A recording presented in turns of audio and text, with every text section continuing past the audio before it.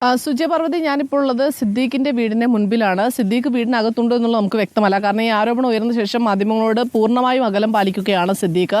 കഴിഞ്ഞ ദിവസം ഈ യുവനടിയുടെ ആരോപണം ഉയർന്നു വന്ന അതിന് തൊട്ടടുത്ത ദിവസം തന്നെ AMMയുടെ ജനറൽ സെക്രട്ടറി സ്ഥാനം രാജിവെക്കുമ്പോൾ ഊട്ടിയിൽ ഷൂട്ടിങ്ങിലായിരുന്നു സിദ്ദീഖ് ഉണ്ടായിരുന്നത്. ദിലീപ് ചിത്രത്തിന്റെ ഷൂട്ടിങ്ങിലായിരുന്നു. പക്ഷേ പിറ്റേ ദിവസം അവിടെ നിന്ന് തിരിച്ച് എത്തുകയും ചെയ്തു. പക്ഷേ പിന്നീട് മാധ്യമങ്ങളോട് പൂർണ്ണമായും അകലം പാലിക്കുകയാണ് ചെയ്തത്. നിലവിൽ നമുക്കറിയാവുന്നത് ഈ മുൻകൂർ ജാമ്യം തേടി ഹൈക്കോടതിയെ സമീപിക്കാനാണ് സിദ്ദീഖിന്റെ തീരുമാനം എന്നുള്ളതാണ്. കാരണം മ്യൂസിയം പോലീസ് ബലാത്സംഗ കുറ്റത്തിന് സിദ്ദീഖിനെതിരെ കേസെടുത്തിരിക്കുകയാണ്. ഈ കേസിന്റെ അടിസ്ഥാനത്തിൽ അറസ്റ്റ് നടപടികളിലേക്കും ചോദ്യം ചെയ്യൽ നടപടികളിലേക്കെല്ലാം തന്നെ പോലീസ് കടക്കും.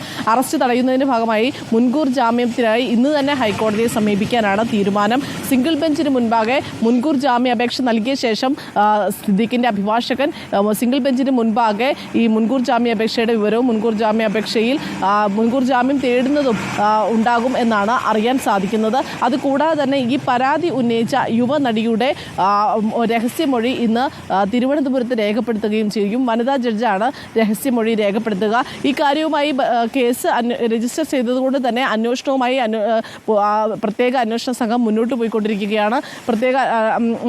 മ്യൂസിയം പോലീസാണ് നിലവിൽ കേസ് രജിസ്റ്റർ ചെയ്തിരിക്കുന്നത്. ഈ കേസുമായി അന്വേഷണം മുന്നോട്ട് പോയിക്കൊണ്ടിരിക്കുകയാണ്. 2016 ജനുവരിയിലാണ് ഈ ബലാത്സംഗം ഉണ്ടായത് എന്നാണ് യുവനടി പരാതിയിൽ പറയുന്നത്. മസ്കറ്റ് ഹോട്ടലിൽ വെച്ചാണ് സിനിമാ ചർച്ചകൾക്ക് എന്ന പേരിൽ വിളിച്ചു വരുത്തി പീഡിപ്പിച്ചത് എന്നാണ് യുവനടിയുടെ പരാതി. ഇതിന്റെ അടിസ്ഥാനത്തിലാണ് കേസ് രജിസ്റ്റർ ചെയ്തിരിക്കുന്നത്. ബലാത്സംഗ കുറ്റം ആയതുകൊണ്ട് തന്നെ മുൻകൂർ ജാമ്യം ലഭിക്കുമോ എന്നുള്ളത് വ്യക്തമല്ല. പക്ഷേ ഇന്ന് എന്തായാലും ഹൈക്കോടതിയിൽ മുൻകൂർ ജാമ്യം തേടും എന്നുള്ളതാണ് നമുക്ക് അറിയാൻ സാധിക്കുന്നത്. പ്രത്യേക അന്വേഷണ സംഘത്തിന് ഈ പരാതിയിൽ നിന്നും രഹസ്യമൊഴി എടുത്ത ശേഷം ഈ പരാതിയും കേസും പ്രത്യേക അന്വേഷണ സംഘത്തിന് കൈമാറുമെന്നാണ് അറിയാൻ സാധിക്കുന്നത്. എന്തായാലും സിദ്ദീഖ് വീട്ടിലുണ്ടോ എന്നുള്ളത് നിലവിൽ ഇപ്പോഴും വ്യക്തമല്ല. സിദ്ദീഖിൻ്റെ വീടിൻ്റെ മുൻപിലാണ് ഞാനിപ്പോഴും നിൽക്കുന്നത്. ഇവിടെ അദ്ദേഹത്തിൻ്റെ സ്റ്റാഫൊക്കെ പുറത്തോട്ട് നടക്കുന്നുണ്ട്. അതല്ലാതെ സിദ്ദീഖ് വീട്ടിലുണ്ടോ എന്നുള്ളത് കൃത്യമായി നമുക്കറിയില്ല. കാരണം ഫോൺ എടുക്കുന്നില്ല.